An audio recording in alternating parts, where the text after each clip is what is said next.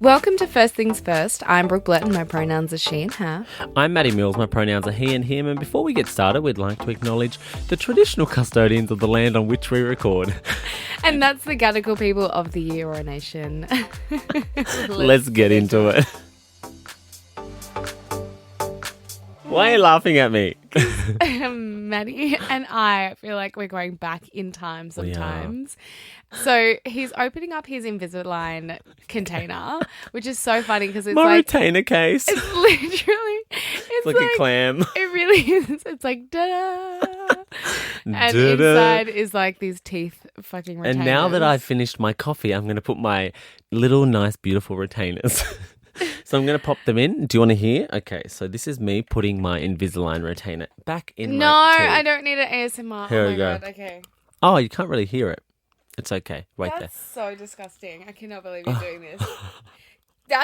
Rachel, that's an out for like Hey, next is that an year. ick? That's an ick. And you're going to talk and you're going to have like a little... So everyone's welcome to no. No, I'm kidding. But this week I got my Invisalign. Yeah. So I've kicked off the Invisalign. Obviously, I can hear myself, that little lisp that I have. I know. Can you just pull yourself back from the mic because it's going... Oh, is it? Yeah. Just a little okay, bit. you've had Invisalign. Oh my God, it See? sounds so bad. I need to take these out, honestly. I don't know why you put them in. I always have mine out. Well, I don't want to have them forever. So it's like I will have them in every minute. I haven't had them forever. But I will have them in as many minutes as I can in. Okay. Anyways, guys. Anyway. But actually talking about teeth, I know this is like two things that are weird, but like growing up, I had it's so weird now that I have like straight teeth. Like I look in the mirror and I actually really like my smile, even though it's like not completely finished yet. Like my smile. So your teeth are straight now? Yeah. But they were gay before. No, I'm kidding. They were very gay. They were literally like fighting to death. I had this really big gap in the middle.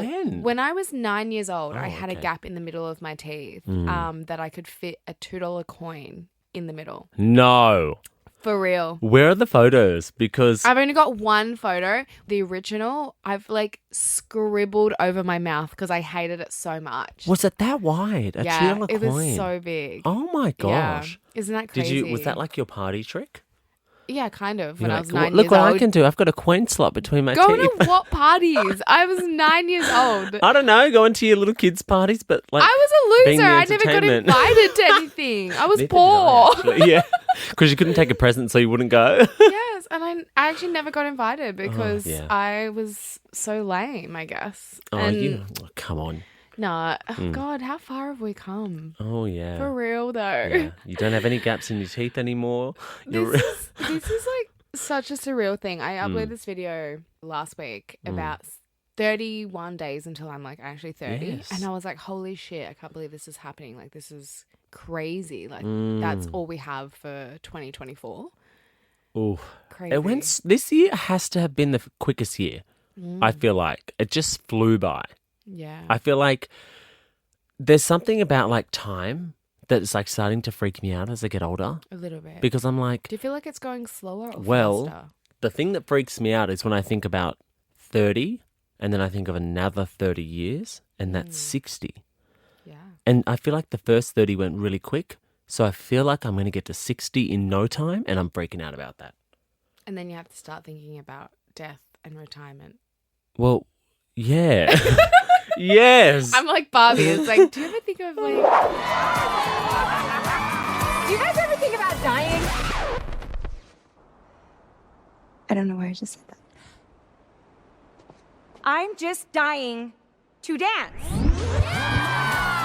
Well, speaking of death, This has gone so good segue. wild. No, but when I was on my way here, my dad called me. And he was having biggest yarns. It's 9 o'clock in the morning and he wanted to talk about funeral plans. Oh, that's sad. And I understand it's an important conversation, but there's many blackfellas who would know this. There are Aboriginal funeral plans that a lot of mob paid for through their pension or through their government benefit through a company that went bust. So now there are all these mob who have paid thousands of dollars for their funeral cover that don't have any funeral cover, my dad included. Wow. And NITV's done a big yarn on this, big story. But there was a funeral insurance company, and there's so many mob, hundreds of thousands of mob who have paid for their funeral cover that don't have cover anymore. They went bust. And the government needs to fucking step in and cover the costs, I feel. I actually thought about this when I was organising, because I've organised 3 funerals in my life. It's a lot, which right? is crazy. Yep. Yeah. Oh, culture. Bloody hell. Culture. Culture. Culture, kill ya. Because neither my family did either. So when I was 11 and I was helping my auntie at the time, my auntie Brenda, who was organising my mum's funeral, which I pretty much did. I wrote out the eulogy, there were so many spelling mistakes, but we won't hold that against me. Wow, writing a eulogy at 11 years old, that's a lot. So picking flowers and caskets and then songs and I guess poems and stuff like that. Yeah. And it was in the church, so it was very unusual. Yeah. But yeah, I thought about this and then my nanas and then my sisters. And my sister's was probably a little bit closer to home because I think I was pretty isolated in COVID. Yeah. Because I was in I was literally in an Airbnb. Yeah, in Surrey Hills. No. This was in Perth before the funeral. Oh, So I finished The Bachelorette, flew back to Perth, which I had to argue to try and get back. Wow. So there's this legislation, I think, as well. This is actually really important for mob to know that if work are not allowing you to go home for sorry business, there's a clause kind of thing that's they can't stop Aboriginal and Torres Strait Islander people from performing cultural practice. Okay. Yeah. I'll try and find it and I'll put it in the resources. Yeah, but it's probably a part of the Discrimination Act, right? It is, yeah. Or there's something else. It's you can't. So we kind of argued that because sorry business is cultural protocol. Yep. And they let us in during COVID. Anyways, I got isolated. I was organising my sister's funeral, and then I realized I was wow, if this is really hard and difficult for me, who is pretty financially able, pretty cluey, intellectually and mentally stable, how hard would this be for other mob who are in that position? Yeah. And so I was well, surely there's a place where I know that they have funeral directors and places that organise funerals and stuff like that. Some of them are such duds, though. But they rip off. Yeah. And I think my mum and nan don't even have didn't have a gravestone until I got one in. Yeah, they're expensive too. Yeah, 10 grand each. Yeah. Yeah. It's 30 grand that I've had to fork out just for a fucking stone. Yeah. It's this is ridiculous. Oof. I feel I thought about starting a business that looked after that process for mob and actually worked with a gravestone provider.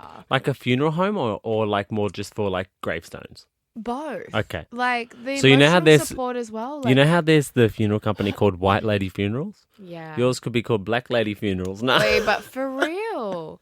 Or there's all these names and I feel they just rip you off. Yeah, they do. Yeah. And that's partly was the reason why I also wanted to do celebrancy so I can do funerals too. Yeah.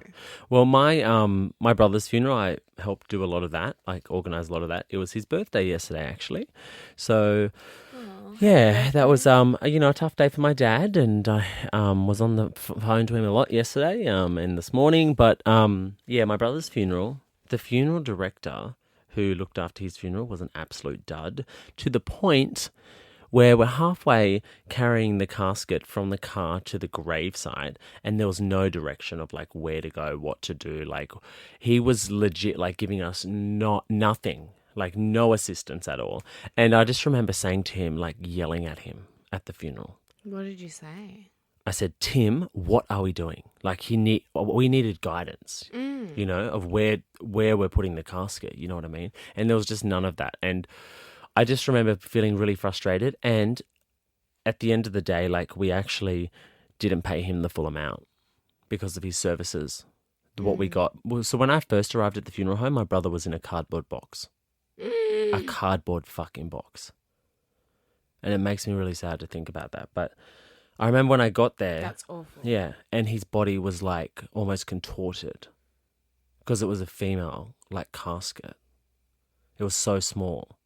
And I remember looking at him and thinking like, oh, his feet were like this. Like, it was disgusting. And I was like, take me to where the caskets are. And so he walked me out to this like garage and there were all these beautiful caskets. And he had my brother in this like it was literally a cardboard box, like plywood. And I was like, Tim, I want this one. And it was the nicest one. It was red wood, gold handles. And he was like, you can't afford that.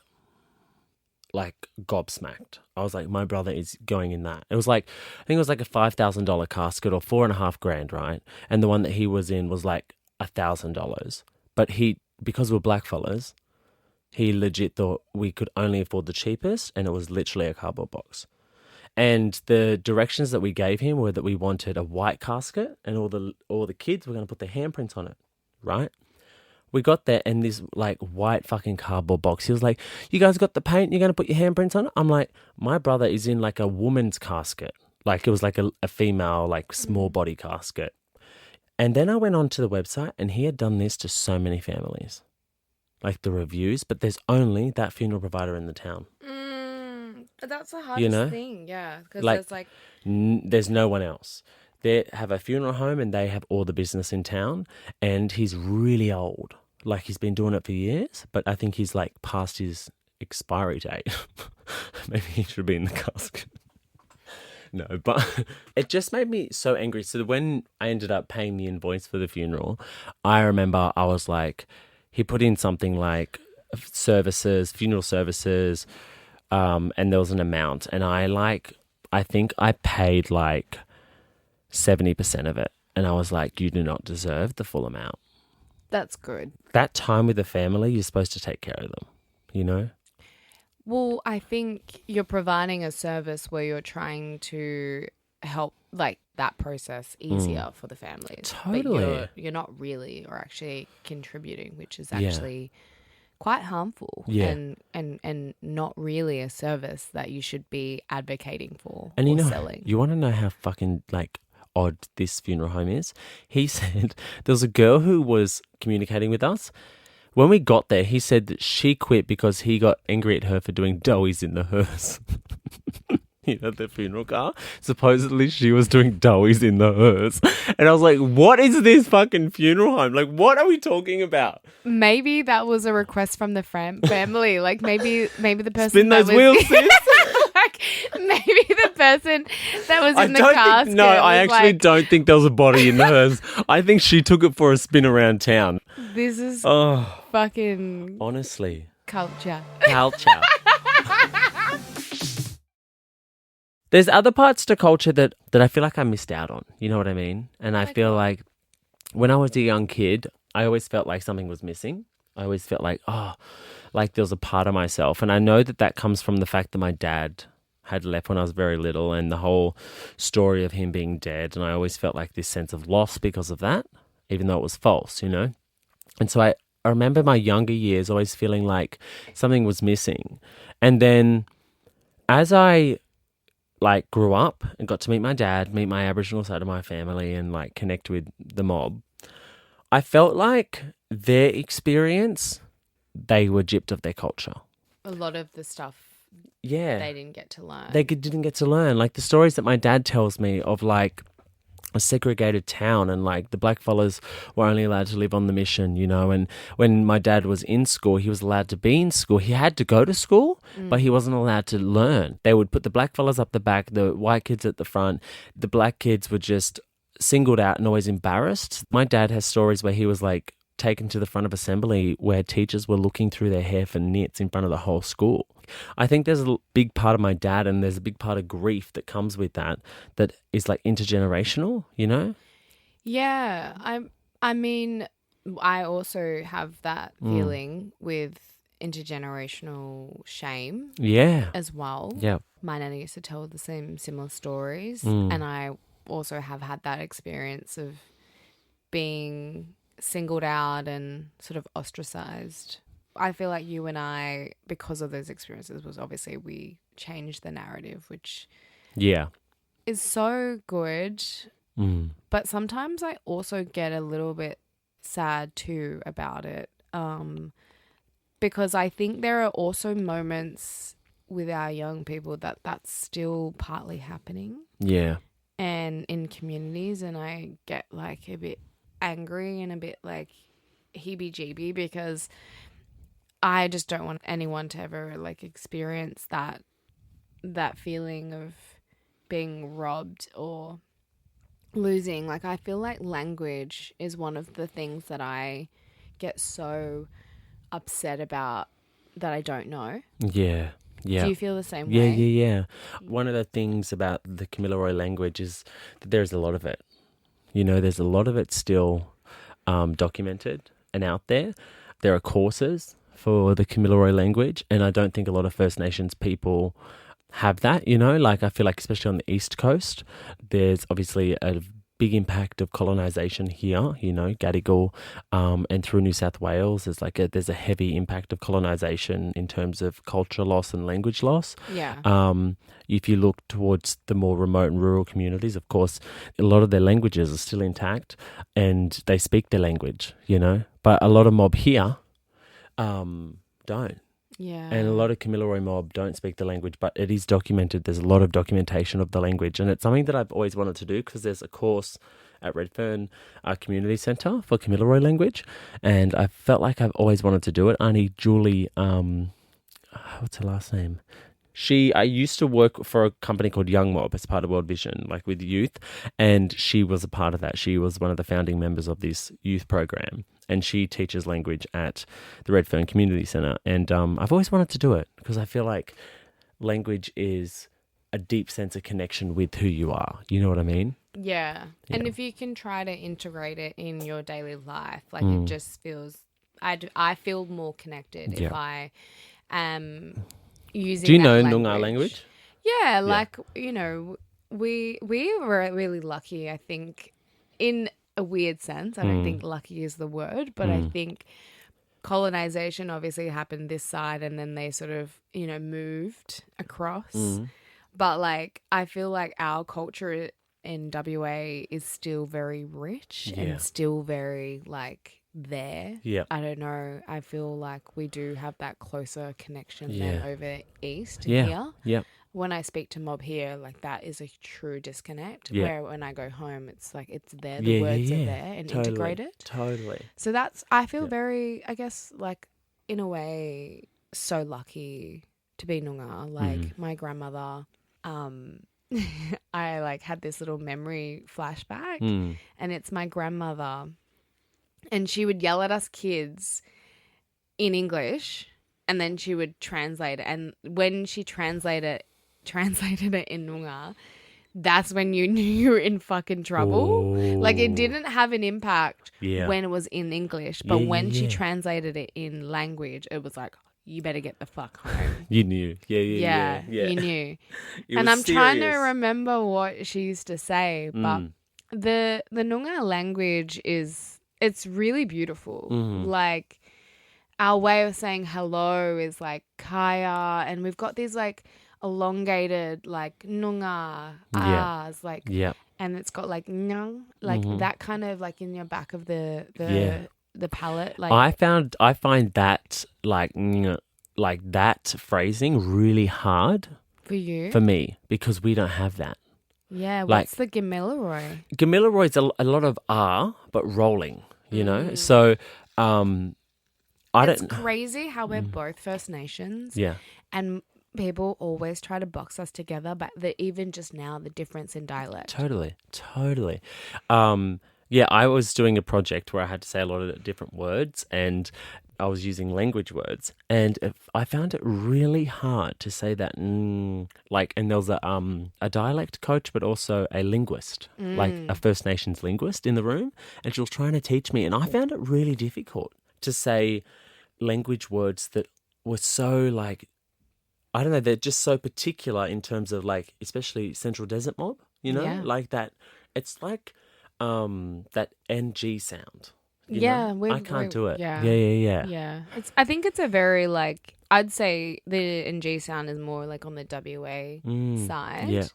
Because I think like there are similar like the Yamaji language as well, like because I grew up in Carnarvon, is a bit like similar to Noongar, but it's just a bit like slangy and a bit different. You know what? When I have to pronounce like a Noongar word or like a hard language word on TV, I shit my pants.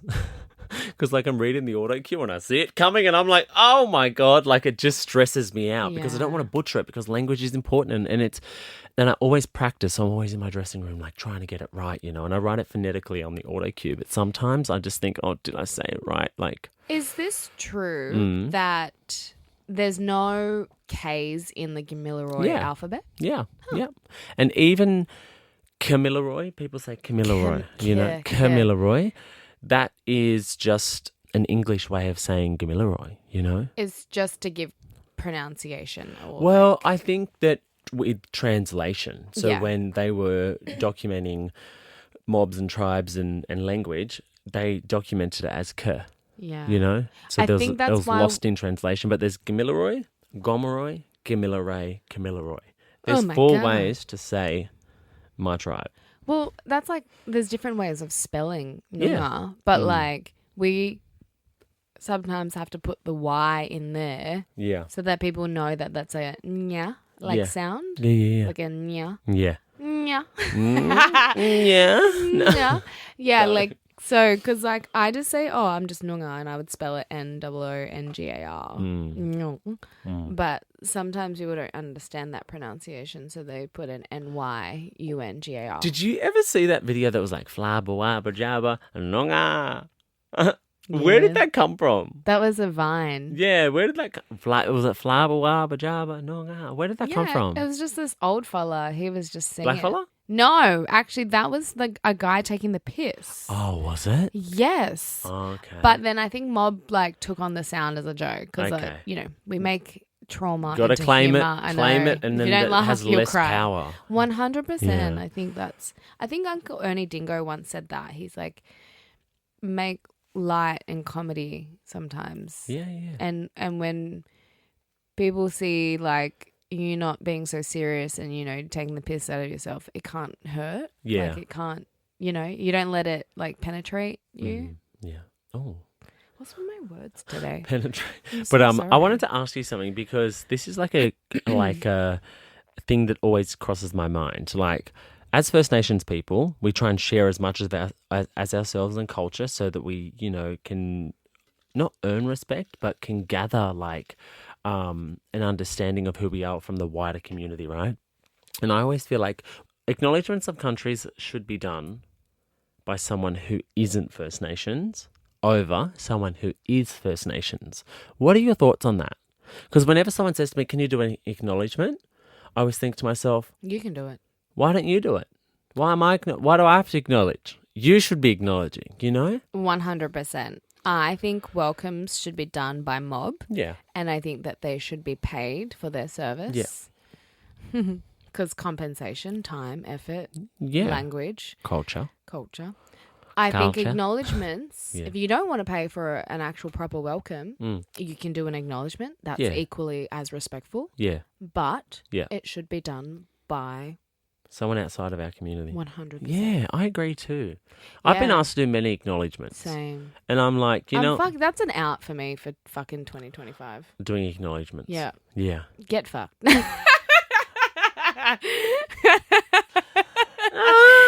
I'm not acknowledging. I've been here. Your mom had not been here. Nah, for real Yeah. though. Mm. I have a responsibility and accountability that I put on myself to represent Mob. Mm-hmm. And if I don't feel like it's something that Mob would be happy me doing in a situation or a scenario, like I wouldn't do it. Yeah. Yeah. And I'm not saying acknowledgements are that, Yep. but if I have had a conversation and it's made me feel like icky and like not good, Yep. I just be like, no, I'm not doing it. Yeah. I feel like I I've have done it. taken opportunities to do acknowledgement so that I could say more than an acknowledgement. Yeah. Like, honestly. Yeah, yeah. Like, You always do that. I He always- goes rogue. but the thing is, I actually like to, like, teaching them something, you know? Like, Yeah. for me, it's important that, like, if I'm asked to do an acknowledgement, I see it as an opportunity to give something else. You know what I mean? It's not just the acknowledgement. So it's like maybe teach them what Gadigal means if I'm doing an acknowledgement on this country, you know? I Because- love that about you. Yeah. Whether it's like that, what Gadigal means, or whether it's like that, it's a part of 26 clans within the Eora Nation. You know what I mean? So And Bondi means Bundi. Bundi, yeah, and Gadigal means people of the grass tree. That one stuck Gull with me. Yeah. at the end of a word is people of. Oh. Yeah, so if you hear Camaragal, people of the high water, that's North Sydney. Kirribilli is a good fishing spot. Up in our language, anything with up is water. Water. Yeah. So like yelling up, Yeah. dwelling up. Yeah. They're all water places. Yeah. I learnt a lot about this, like the Eora Nation, from doing that project with Wesley Enoch. But I also love that I know much more about this place because I live here, you know. Yeah. And this place has been welcoming to not just mob, but so many people. You know, this is a hub for the world. You know what I mean? Yeah. Like, it's a meeting place, Sydney. I feel very like glad that there are people like you out there that are taking those little moments in front of, like, and majority would be non-Indigenous people. Yeah. Yeah. And then they take away that one thing, and that's like a ripple effect. Yeah. I love that because Yeah. I think that's really special. And I think even some things that you have said to me have stuck with me. And I am not from here, Yeah. right? I'm a visitor to Sydney. Yeah. But I feel like I'm more connected because I know that stuff, Yeah. which is why that's your intention of Yeah. what and why you're doing it, Yeah. which is cool. Sometimes we want that responsibility not to always fall on us. Yes. And we want other people to actually do the same, Yeah. and contribute and then pass knowledge on, because I think shared knowledge is powerful. I Yeah. really think that that's what we kind of started this podcast and have like connected so well on, because I came late into my culture in a sense. I was so connected being in community up until 11, but I didn't know anything about my Noongar culture. Like, I'd grown up with a Noongar mother and grandmother, Yeah. and they used to speak language, but I thought it was Yamaji because I was on Yamaji country. Yeah. Like, everyone used to just think that we were Yamaji mob. Yeah. But it wasn't until my mum and grandmother died that I went back to Perth to live with my dad, that when I was at a school event, like an Aboriginal tutoring event, that this Aboriginal auntie, she goes, "Oh, who's your mob?" And I said, my last name's Blurton. And then she's like, "Oh, I know all your Noongar mob." And I was like, oh yeah, that's right. My grandmother's Noongar. Yeah. And this is like when I was like still like about 11 or 12. I'm Yeah, pretty yeah, sure yeah. like I was enrolled. Yeah, it was like still same year my mum passed. Yeah. So I was 11. Yeah. And she could just put it straight away together with like just my last name. And Totally. I thought that was just so fucking epic, like Yeah. powerful. I want to be Yeah. one of those aunties that are doing that. You know what? My big Gamilaroi last name, like my nan's last name, is Weatherall, and that's one of the biggest Gamilaroi families. So if you ever hear Weatherall, you know they're Gamilaroi. Same thing, Blurton, Noongar. Weatherall, Gamilaroi. It's big family. So my nan, my matriarchal side of my lineage, all Weatherall, and my pop is a Mills, so Queensland mob. So I'm Korean Murray. Nice. I'm a Kumari. But I want to ask you, as we wrap this up, what's your favourite thing about being a blackfella? Why do you love being an Aboriginal? Why do you love being an Aboriginal? Literally. There are actually so many parts of me that I love. And when I think about my English heritage, I just don't think really entails who I am, which is so like, it is who I am because obviously it runs in my blood. Yeah. But I think for me, like, I have always been so connected to a lot of things in terms of I love country. Like, I love feeling the sand in my toes. I love the ocean. Like, I love that sort of feeling when I am there and experiencing, like, in being in nature. Like, I know it wholeheartedly that I have that connection. Yeah. Like, I can zone out. I can That's your zone out totem. people's voices and I can hear everything around me. Yeah. And I think that is a really powerful connection that I have. And I think that really does come from my First Nations culture. Yeah, beautiful. I think I do have, like, you know, that social emotional well-being wheel that I talk about all the time. You and your big wheel It's always. like, I know, it's like a little, I'm like, I would describe myself like, it's like my center and that's like my little pieces. Yeah. And that entails like connection to ancestry and kinship, connection to culture and Yep. community, connection to oneself. Like, I just think there's not one thing that I love about being black. It's all of those fucking things. Yeah. And I think, like, for me, I just love that I also, like, it's kind of like being part of a VIP club that you, like, this side is Very so much Indigenous better. people.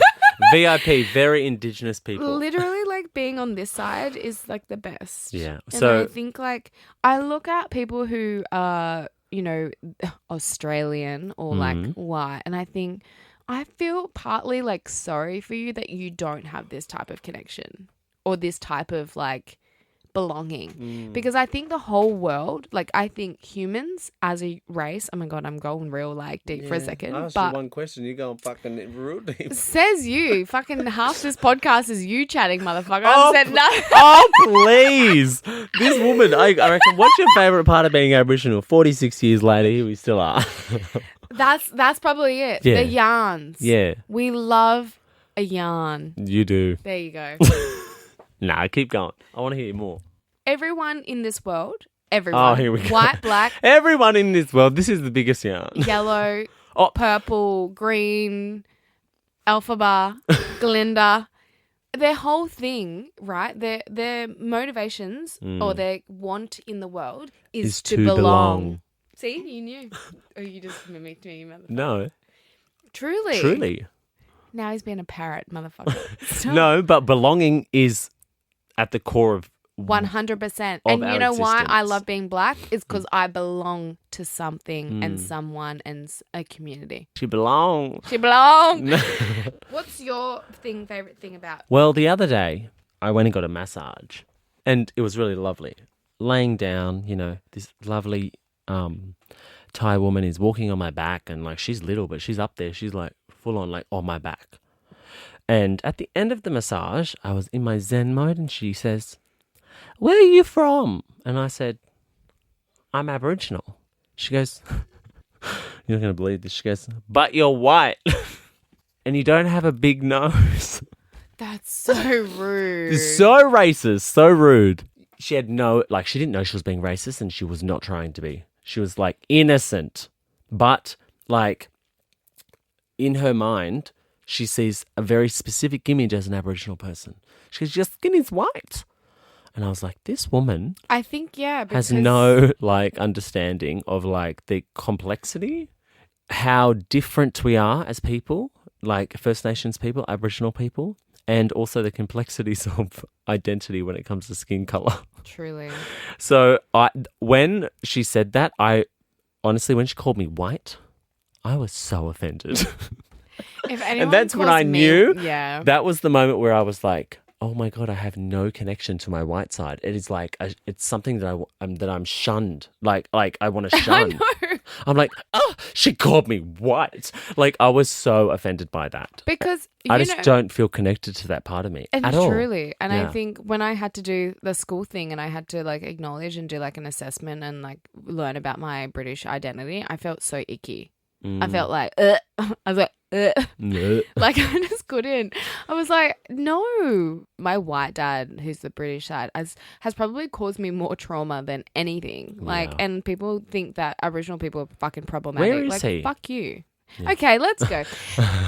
Well, that's all we have time for today. No, but yeah, I Yeah. do feel a bit icky when I have to. But, you know, if you don't acknowledge all of you, you won't accept all of you. I hope people have been listening to this and being like, not thinking that we hate white people. We love our white friends sometimes. I've got white friends. You have people like, I've got black friends. I know. No, Imagine yeah. a world where it was like all black people and the white people were the majority. Minority. Minority, sorry. My bad. Okay, well, you know what? I think I say it all the time, but the thing I'm most proud of in my life is being a black- Aboriginal. Yeah.